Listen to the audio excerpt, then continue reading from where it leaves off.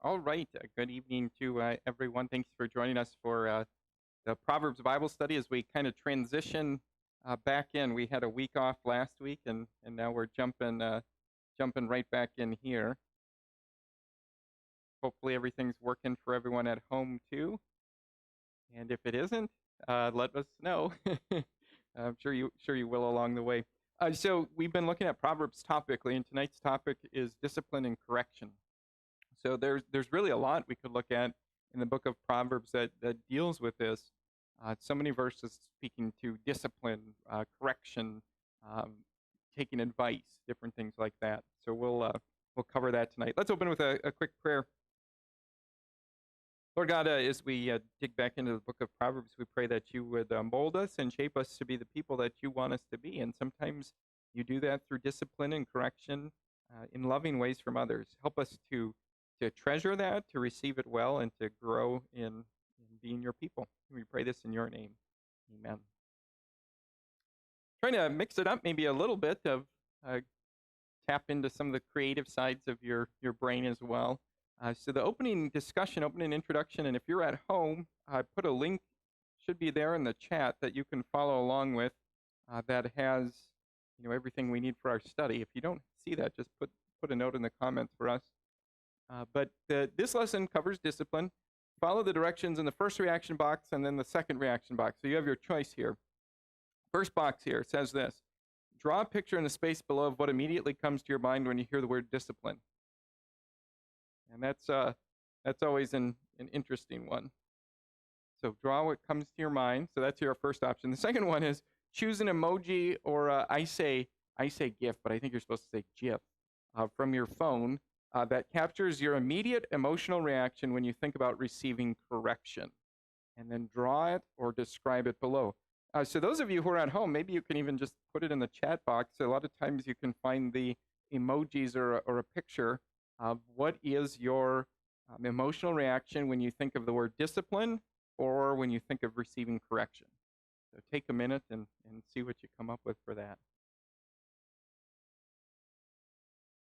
And if you're willing to share, anybody wants to share what comes to mind. I am horrible at drawing. I will try to hold it up. I got to cover up the other side so you can't see my other picture. But it is an angry face, a little emoji. Is that what you have? Oh, a paddle. Oh, yeah. That was and I can understand why that was the first thing that would come to mind. A paddle when you think of discipline. Yeah, yeah. A belt. There's another one. Yep. Yeah. Swingin' Millie was your assistant principal. Oh, and she would just pick the appropriate paddle.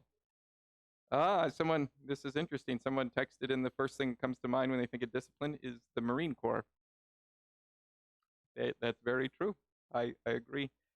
Someone online said the corner. They think of maybe discipline standing in the corner. That's pretty good. Okay, now let's go to the second reaction. Read Hebrews 12, and it's right below those boxes. So I'll read through that in just a second. Draw a second picture in the space below of what immediately comes to mind, again, when you hear the word discipline. Or choose an emoji or a GIF that captures your immediate emotional reaction when you think of receiving correction. This is what Hebrews 12 says. I got verses from chapter 12, verses 5 through 7, and then 10 and 11. My son, do not make light of the Lord's discipline, and do not lose heart when he rebukes you. Because the Lord disciplines those he loves, and he punishes everyone he accepts as a son. Endure hardship as discipline. God is treating you like or as sons. For what son is not disciplined by his father? Our fathers disciplined us for a little while as they thought best. But God disciplines us for our good, that we may share in his holiness. No discipline seems pleasant at the time, but painful. Later on, however, it produces a harvest of righteousness and peace for those who have been trained by it. There's a lot there, and Hebrews 12 is a section that really digs into that thought. But scan those verses and then come up with another picture.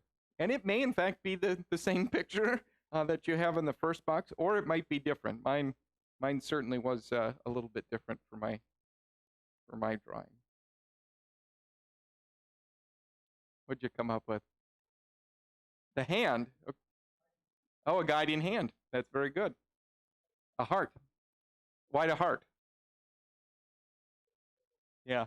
So discipline can be out of control. I think we'd all agree with that. But discipline, when it's done in a loving way, is, you know, God, what does it say? God disciplines us for our good. Yeah. Other thoughts? Strength to endure. Yep. That's a good thought from Hebrews there. I did, I'm going to try to hide my one picture and explain it because it turned out bad. So I have a little face emoji, and it's the contemplative one. And why I have a contemplative emoji is that, you think at first of discipline, boy, how could this be good? And then you stop and think what Hebrews 12 is saying, that, well, it's not pleasant at the time, but God has in mind to produce a harvest of righteousness. I tried to draw a harvest originally, and it turned out it looks like a pot of gold or a steaming cauldron. So I was thinking of like a bushel of wheat, but it does not look like a bushel of wheat at all. So let's just skip over that one and keep on moving. Make sure I didn't miss anything here. Okay, so bottom of the page then, compare your reactions. If your reaction from the first box is different than the second box, give 2 reasons why it changed. So I'll use mine as an example. I had an angry face in the first box, and then I had more of that contemplative face, like, well, maybe this is good in the second box. Look at your 2 pictures.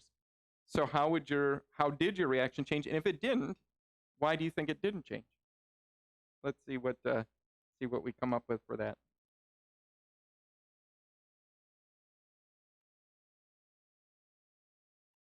Yeah.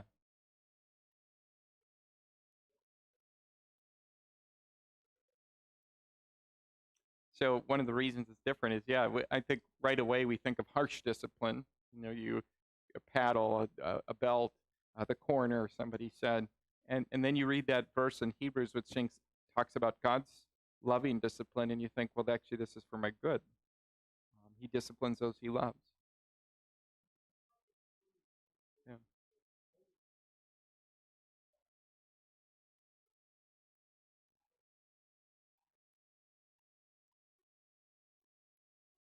Yeah.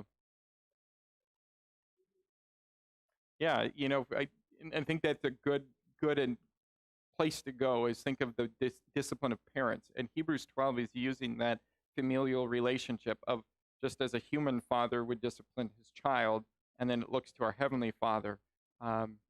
Parents, again, they have a sinful heart too, but for the most part, they have in mind their child's good. My my kids probably get on me sometimes, or get angry at me, because sometimes at dinner I'm just like, we got to work on manners. We really got to work on manners. And they probably think, Dad, you always bring this up. But I said, someday you're going to be sitting at the table with somebody, and you got to have good manners. We did talk about it. I think discipline could, be done poorly, and that's when it's just, to give you a phrase, the law gets quick results. So discipline, law gets quick results. If people are speeding down Thomasville Road here, and all of a sudden they put cops along the way, it's going to get quick results, and people are going to slow down. The cops leave, what's going to happen? People are going to go right back to their old patterns. The law gets quick results. It's the gospel that changes the heart, and that gets the lasting results. So let's dive into this lesson on discipline, looking at what does Proverbs say. Maybe just to hit 1 or 2 more thoughts real quick on why were the reactions different, is I think just thinking about how God treats us as his children, and he does so in love. We talked about that, and how discipline is for our good. 4 verses here. So Proverbs 12, and then Proverbs 13, Proverbs 15, and then Proverbs 19. So we'll start in verse 12. Again, one of the things we're gonna do is just say, take these verses, put them in your own words, and then we'll glean some truths from them. Proverbs 12, verse 1, it says, "Whoever loves discipline loves knowledge, but he who hates correction is stupid." Very, very blunt, very, very direct there. So whoever loves discipline loves knowledge, but he who hates correction is stupid. Proverbs 13, verse 18 now. "He who ignores discipline comes to poverty and shame, but whoever heeds correction is honored. So ignoring discipline comes to poverty and shame. He who heeds correction is honored. 1532. Again, you see very similar thoughts in a lot of these. He who ignores discipline despises himself, but whoever heeds correction gains understanding. We'll come back to that thought. So he who ignores discipline despises himself. And then one more, Proverbs 19, verse 20. Listen to advice and accept instruction, and in the end you'll be wise. So listen to advice, accept instruction, and in the end you'll be wise. Put them in your own words. So we have 4 different proverbs, and maybe you'll grab just 1 or 2 of them. What is it saying? And put in your own thoughts. The reoccurring, repeating thought in these 4 verses from Proverbs.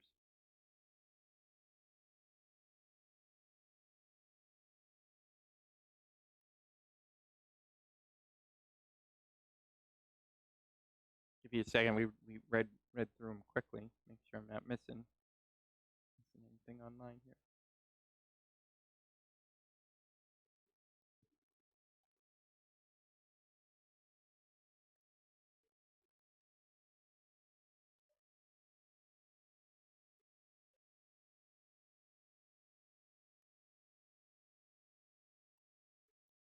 Mm-hmm. Mm-hmm.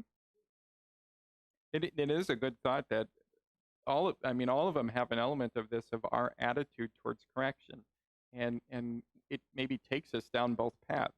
So let's say that you don't like correction and you don't accept correction, and it's pretty blunt on what it causes. You're a fool. You're stupid. The one, I think it was 1532, says, make sure I get that right. Yeah, if you ignore discipline, you despise yourself. You must not like yourself if you ignore discipline, which is we'll come back to that thought. Yeah.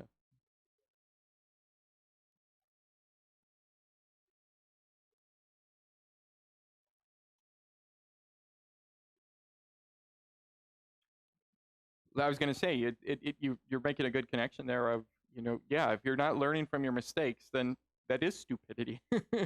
What is that old, not dictionary definition of I think it's insanity is doing the same thing over and over again and expecting different results.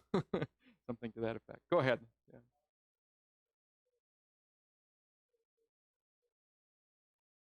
Mm-hmm.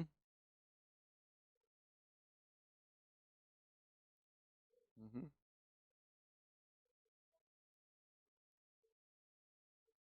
Yep.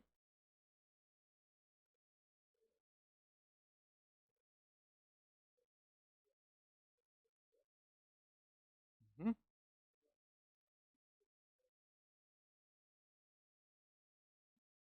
Yeah. Yep. Yep. Yeah, and so for the people at home, I think that was a good thought of going back to those thoughts of law and gospel, that the law does show us our sin. And there's another purpose the law has. Sometimes the phrase we use is that it curbs, that it keeps sin in check. So think of like a curb on a street. Why do they put curbs on a street? Is to prevent that car, that wheel from going over the edge. God puts certain things in place to keep us in line. And if we continually go over that curb, it does show stupidity. Um, I'm trying to think of a silly example or a good example. This one's maybe silly, but that if I continually ignore my body giving me signals that it's time to sleep, and I said I don't need sleep, and I just try to stay up. I had a friend who did this in college. He tried to stay up as long as he could just to see what would happen, and he went delirious.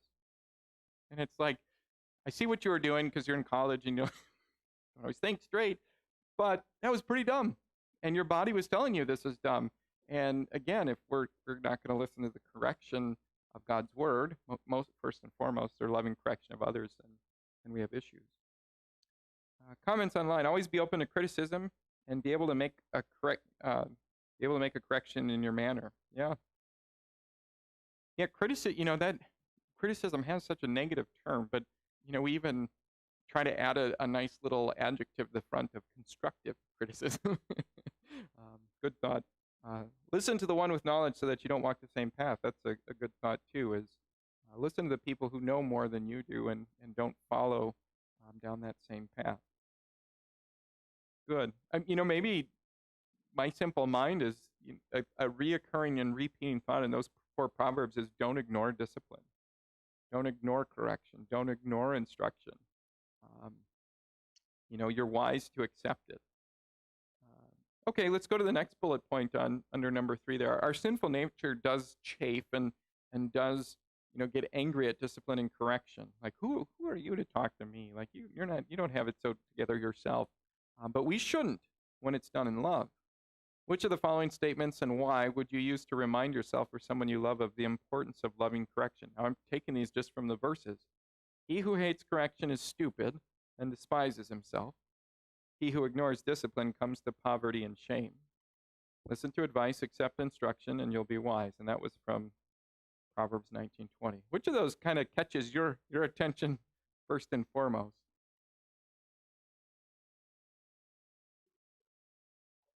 It does. Yeah, C does take the positive approach. I agree. Yeah.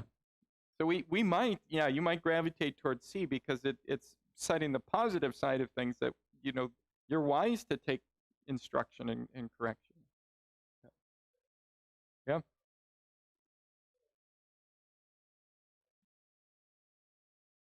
Yep.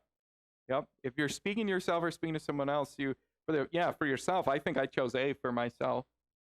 And then if you're speaking to someone else, that might not be the approach. You may want taking a C approach. Maybe to give analogies, I think if we've all, if you're an adult, if we've all been through this, take driver's instruction. If you can take yourself back to whoever taught you how to drive a car, when you're 15 and you got your permit, or 16 or whatever age it was, when you first get behind the wheel, you almost think, well, I already know it all. I read the book. I got it. And then you have a seasoned driver who's sitting next to you going, I wouldn't do that. Or did you check your mirror? Did you check your, whatever it is. I remember, I think I've even shared this in a sermon before. My grandfather had a big hand when I was going through the driving instruction. And we were coming to the very first time on a road that had a big bend, big turn on it. And I was hugging the line really close. And he goes, what are you doing? And I said, well, I'm following the line. I don't want to cross it. And he goes, where are you looking? And I was looking, at the line. And he said, no. You have to look farther in front of you. And where your eyes are, your hands follow. And I always think of that now. Where your eyes are, your hands follow. It's really actually good life advice in general. If we're so focused on the here and now, that's where we're going to be. But if, from a Christian perspective, if our eyes are heavenward, the hands, the heart, and the feet follow too. Just an example. I was trying to think of an example of, there was an example of correction that we were like, I may not have liked that. Or, if you like sports, you probably all had a coach along the way who you think you're the greatest thing since sliced bread, and the coach says, no, you're not. In fact, your technique is horrible. Let's work on this. And it was good for you. I have a lot of examples of that I could go into. Anything that jumps at your mind that you'd bring up maybe in this regard? Yeah. Yeah. Yep.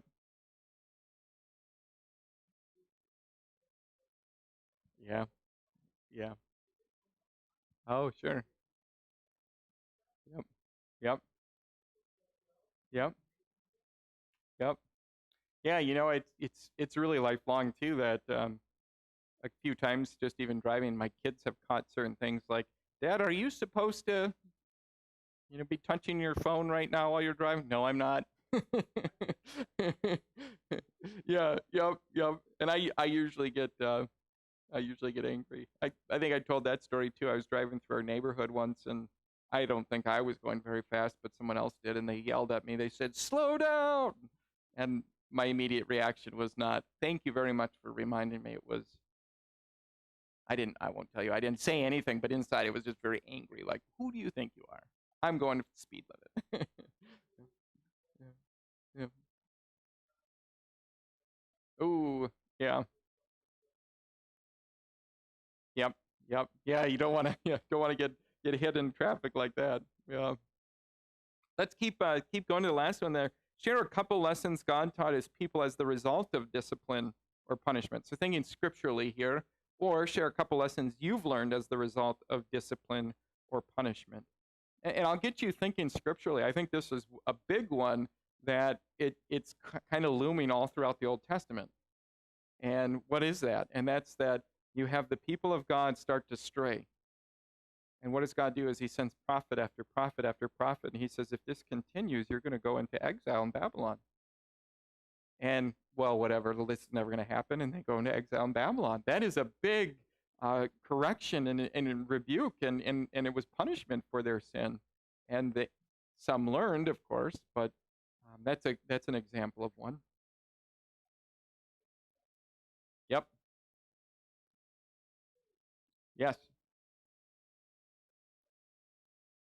Yeah, the false gods that they followed, and then even today, certainly, we don't worship Molech or, Baal, but look around and we have our idols in our society too, and in our own hearts. I think that was a John Calvin quote where he said, the heart is an idol factory. And you're going to always, the sinful heart always will find something to worship and follow. Yeah. Another maybe example, not as well known from the Old Testament, was the king Manasseh, was his name. And he was not a good fella.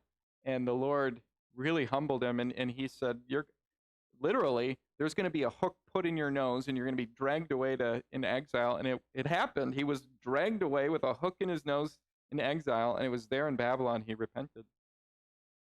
Very important correction. How about in your life, lessons you've learned from discipline or correction? I think I learned maybe the hard way of being a pastor's child.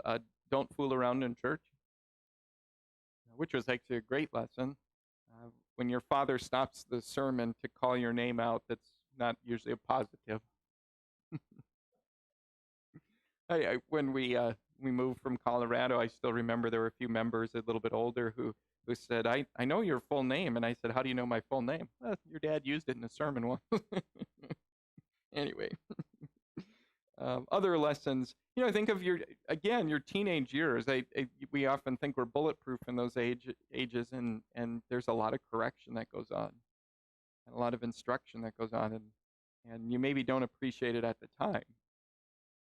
I think that's what an illustration of Hebrews 12. No discipline is pleasant at the time.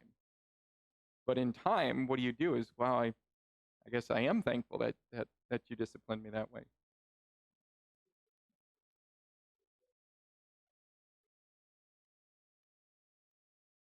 Yeah.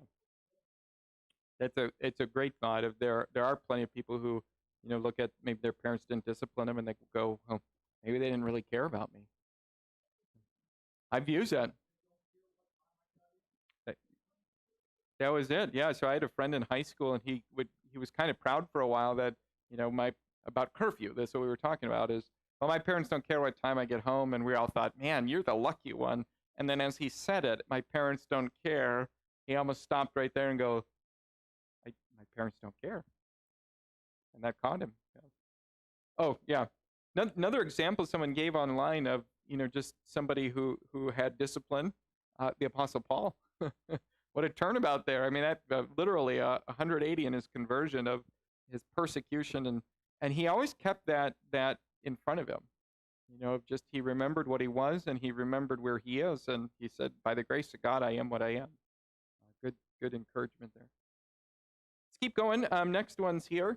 So Proverbs 27 and then Proverbs 28. So Proverbs 27, 5 and 6. I just went past it myself.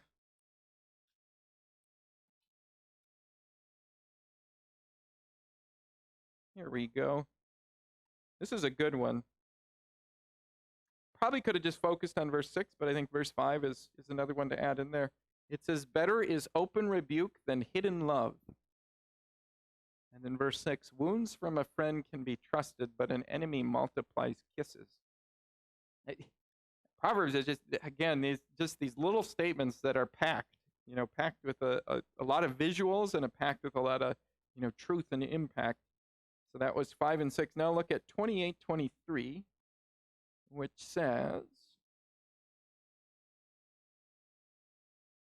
He who rebukes a man will in the end gain more favor than he who has a flattering tongue. So he who rebukes a man will in the end gain more favor than the one who has a flattering tongue. Okay, put the message of those few proverbs, condense it down into a thought.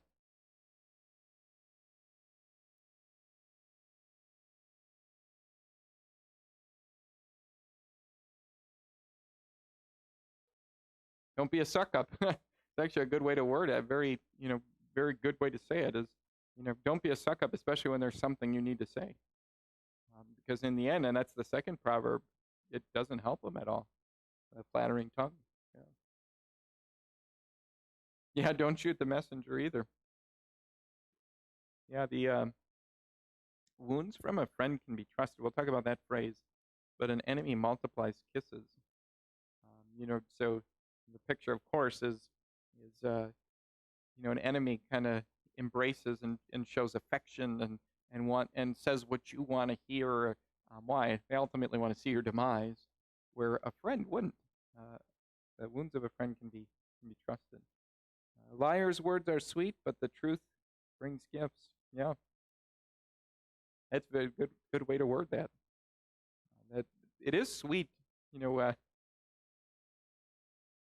I'm sure I would have wanted that, going back to the driver's instruction analogy. I would have wanted my grandfather or the instructor with me to say, "Hey, you're a great driver." That would not have helped me. I was not a great driver. So it was good that they said what they did.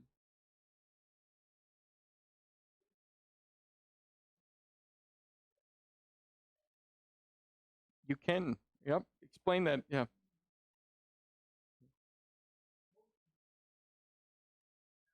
Mhm. Mhm.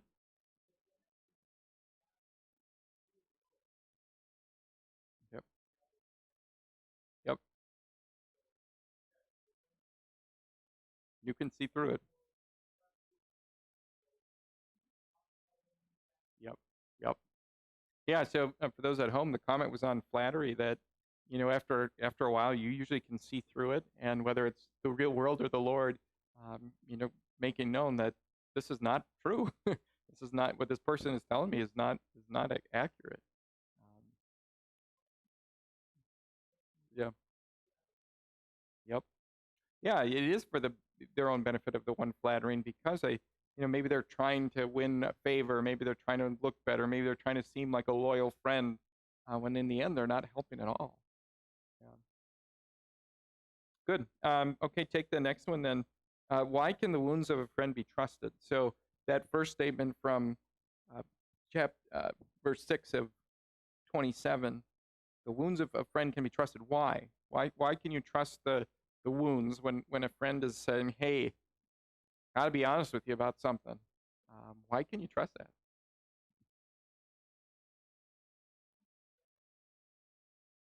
Okay, good. And I think that's good. Uh, yeah. Mm-hmm.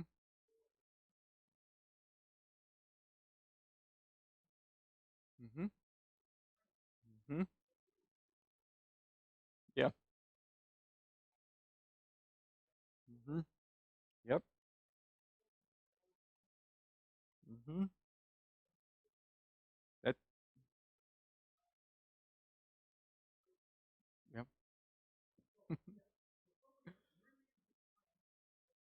Mm-hmm. Yes. No, I think that's a good point. Is define what we mean by friend, because there are many people who say they're your friend or act that way, but when it comes time to doing what needs to be done or saying what needs to be said, they they hurt you.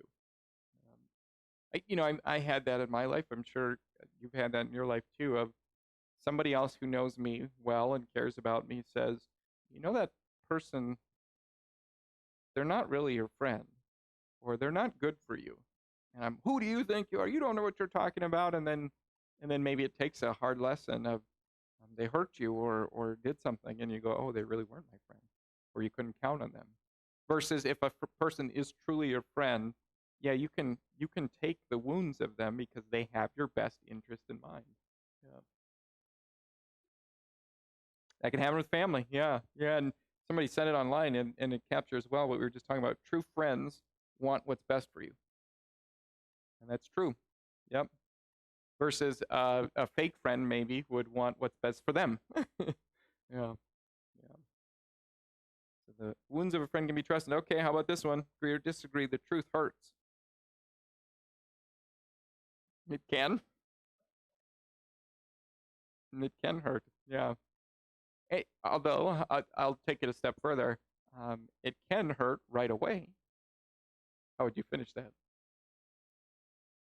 I do think the truth can hurt when somebody's, hey, I just got to say it. Um, well, maybe I'll use just a silly example, but let's say you're eating and you're eating kind of sloppy or eating fast, and you got maybe something on your shirt or something on your face, and it can be hard to say to someone, hey, I got something right there. It's kind of embarrassing, but after you get past the embarrassment, what do you think? I'm glad you said something. I'm glad you told me. Um, think of what and I'm maybe going on a deeper level here. Think of what the Bible says about the truth. Jesus says the truth does what? Sets you free. You know, that ultimately it can be hard to take the truth that I'm a sinner who cannot save myself and I'm lost on my own. But then the truth that I have a Savior sets me free to go, oh, good. Jesus is taking care of it for me.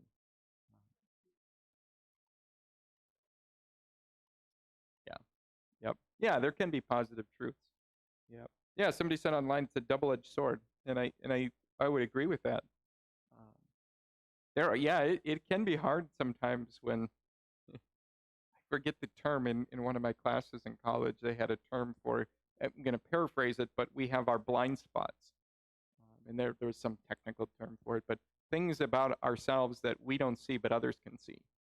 And sometimes when they point out those blind spots, you go, no, that's not right. And then you go, oh, I guess I didn't realize that. Any more thoughts to that one? Make sure I'm not missing anything. Okay, one more. This is a neat verse. I'm sure you've heard this one before. Proverbs 27:17 says, I'm on 28:17. No wonder that didn't seem right. As iron sharpens iron, so one man sharpens another.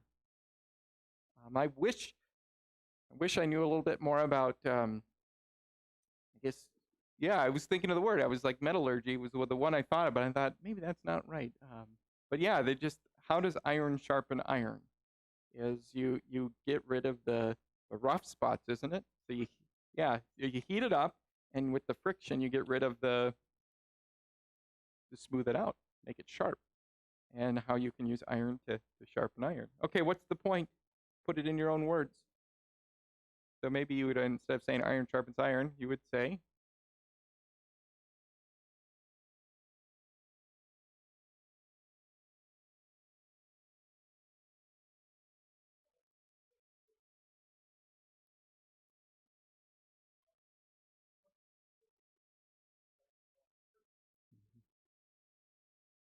mm-hmm, mm-hmm, yep, you got it. You got it. Yeah. So the constructive criticism could be the thing a friend uses, connecting all of our thoughts to do what? To lead to a sharper individual. And a sharper individual spiritually and a sharper individual in so many ways. Certainly. Yeah, it is a neat thought and just a really neat picture.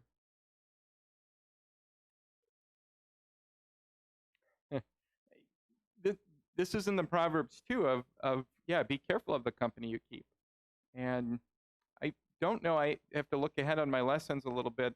If we have a lesson that is on friendship, in particular, I know we've kind of covered it in other things here, but yeah, do keep track of the company you keep and be careful of that. Yeah. Yeah.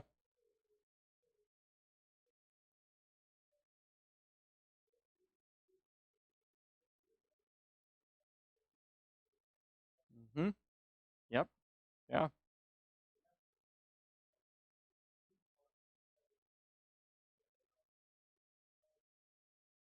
They do. Yeah. Yep.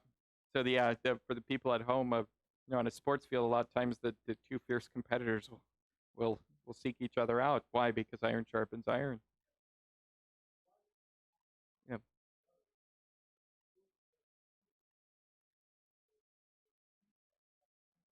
Yep.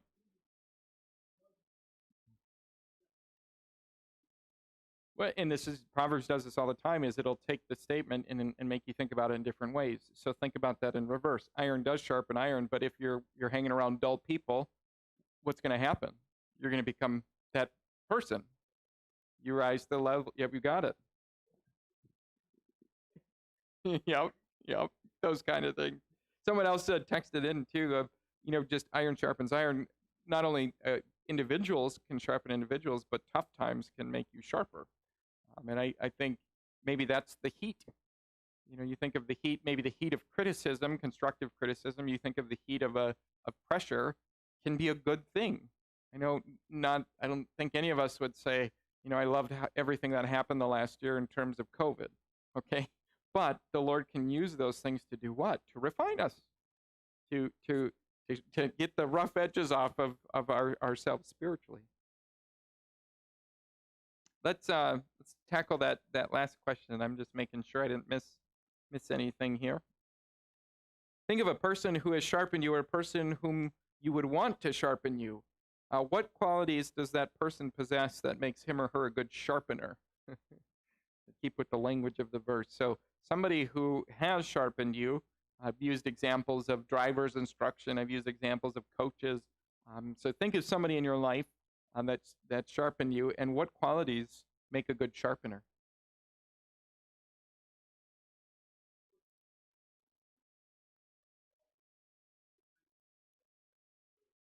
Yeah. Yeah. Yep. Mhm. Mhm. Yeah. So those of you at home, the example is given of father sharpening, and he lived what he said. So he modeled too what he's telling you, so you can see there's he's not being hypocritical about what he says. Yeah. If I would have added a few more verses in the Proverbs, there are a few that I would have added that speak to the correction within the home. There's the verse that about just disciplining your children, sparing. What is the quoting it? I think it's from chapter 13. He who spares the rod spoils the child. And we could have spent a long time on that one.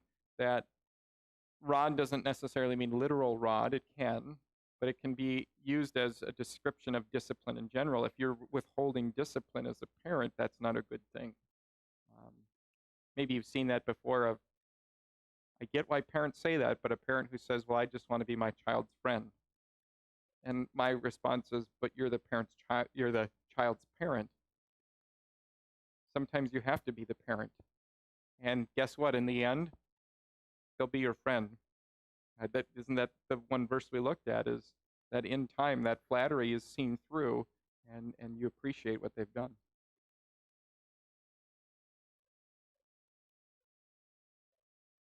Yeah, yeah. There you go. Yep, you got it. Missed a couple comments here of qualities and characteristics here. Wisdom of a sharpener, consistent love. I think that's a good thought. Both of those are great thoughts of somebody who has the wisdom that they know what needs to be corrected, and then you also have the consistency. Boy, isn't that something that frustrates children so much? Is if the discipline in the home or from the teacher or whomever is inconsistent. Oh boy, that drives people crazy. Yeah, someone texted in when we were talking about the rod conversation. The rod of a shepherd is used to guide, and that's certainly true of the guidance that people provide, parents for their children, pastors for their people, the Lord for us. Yeah. Okay, let's get to the connection here on the last page. John 15, 1 through 7. So we always want to bring Jesus into the discussion, and how does that tie in here? Look, I think I put the verses. My copy was a little earlier. I don't have them on my copy, but you should have them at the bottom of the page. So let's look at John 15, 1 through 8. This is one of the many I am sections in the book of John. So if you want to break up and kind of outline the book of John, sometimes it's a neat way to just go through the statements Jesus says. I am the good shepherd. I am the light of the world. I am the resurrection and the life. Here it is. I am a couple of them. He'll talk about himself as the vine. He'll also talk about himself as the gardener, or the Father as the gardener. Let's read these words. I'm the true vine, my Father is the gardener. He cuts every branch in me that bears no fruit, while every branch that does bear fruit, he prunes so that it will be more fruitful. You're already clean because of the word I've spoken to you. Remain in me, and I will remain in you.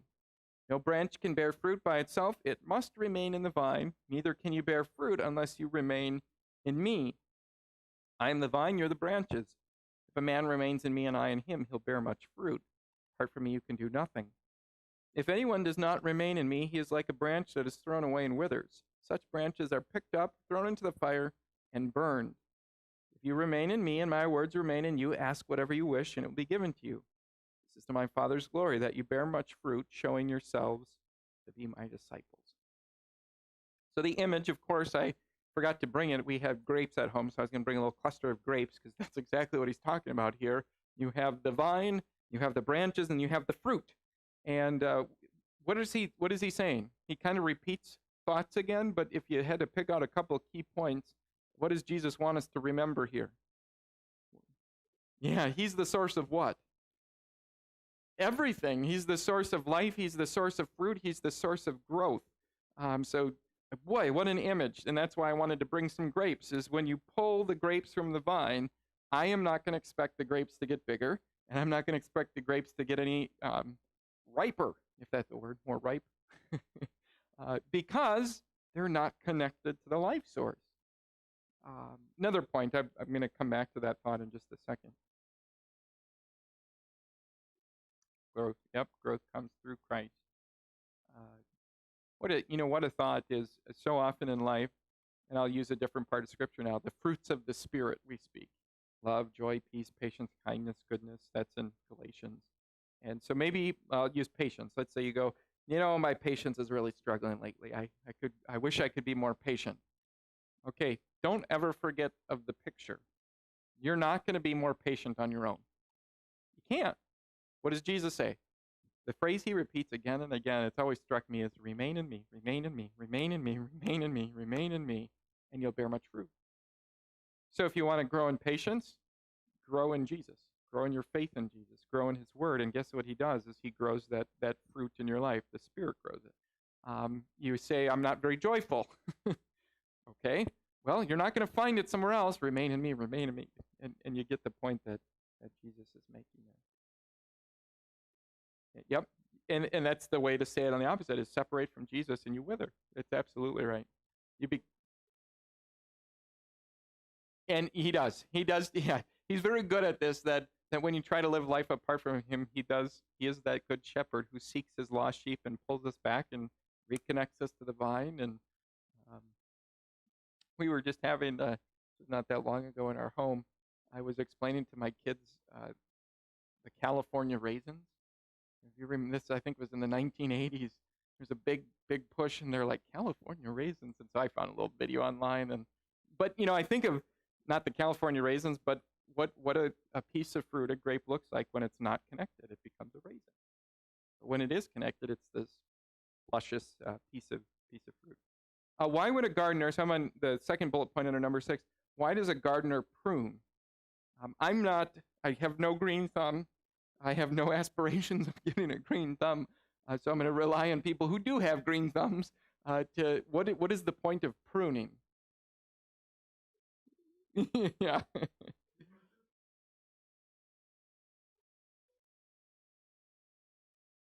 So when you're pruning and you take off parts of the vine, it does what? It strengthens the rest of the vine, so that in theory it produces more growth.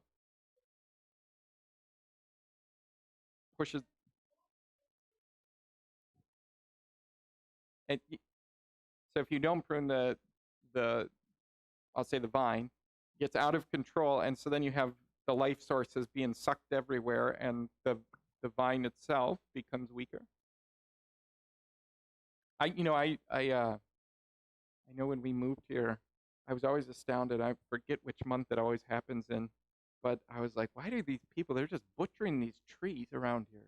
Every month, everybody just cuts them down. And I learned the term crepe murder. Yeah, you don't want to do that.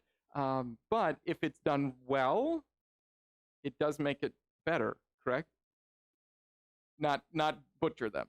Yeah, prune them, but not butcher them. And I do like that the word prune is used here. Is it has in mind, even though it's painful that there's cutting, it has in mind growth of the plant. Or you do. You have to you cut all that dead stuff, and then it produces even more. This is good because there are often times when there are these word pictures that the Bible uses, and I thought, I really need to dig into that word picture and understand it better. And I'm sure there's somebody who's reading this who's going, oh, yes, I understand what you're saying, Jesus. And okay,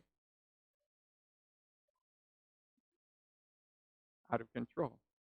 Yep. Hmm. Interesting.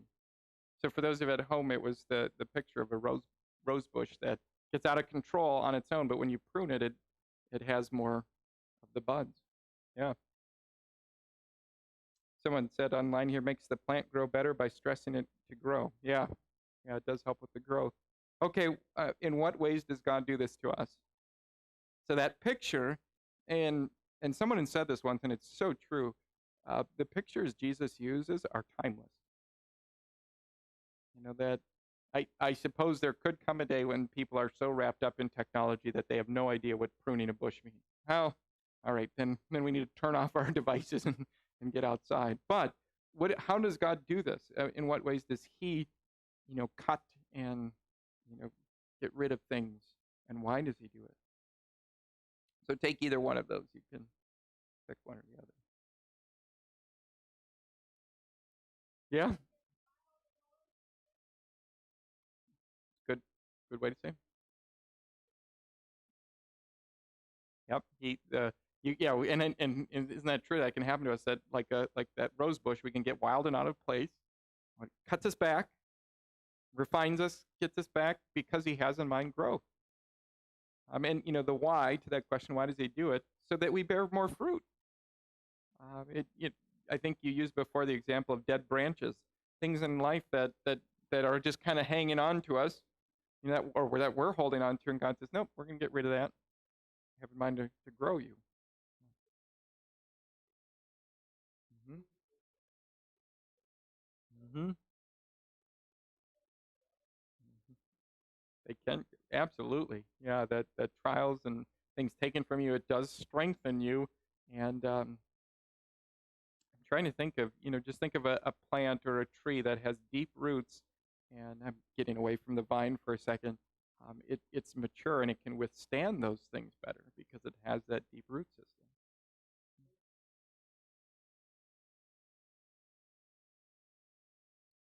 Hmm. It does. I think of so often in life, if you're ever going through a painful stretch where it's like, why would the Lord allow this? Why would the Lord allow that? Why would the Lord? Just think sometimes maybe maybe it's pruning season. So why would the Lord allow a year like this past year? Well, maybe it was time to prune. And He has in mind, again, it's not to prune just for the sake of pruning. It's to bring about growth and maturity. Yes. Yep.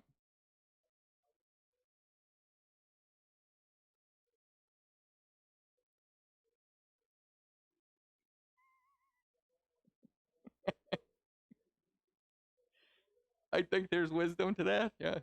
I won't repeat that one online, but someone has a good comment online of, the Lord's a surgeon who gets rid of the bad and leaves the good. Uh, I do love that surgeon analogy of a good surgeon cuts, but they don't cut to hurt; they cut to heal. And if you think of the Lord, just in His pruning, He's cutting very carefully, not to hurt, but to to heal and build. But yeah, good comments.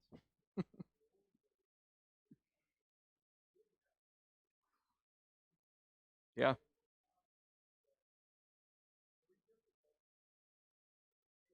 Yes. Absolutely. Yeah, that's a good point. Good comments. Good comments.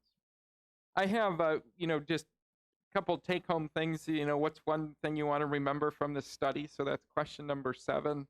I think something, and it's really a lifelong thing to take that I took away too, is of course that discipline is a good thing when it's done lovingly. Of course, now, again, there's poor discipline, yes, but loving discipline from a friend, from the Lord through His Word.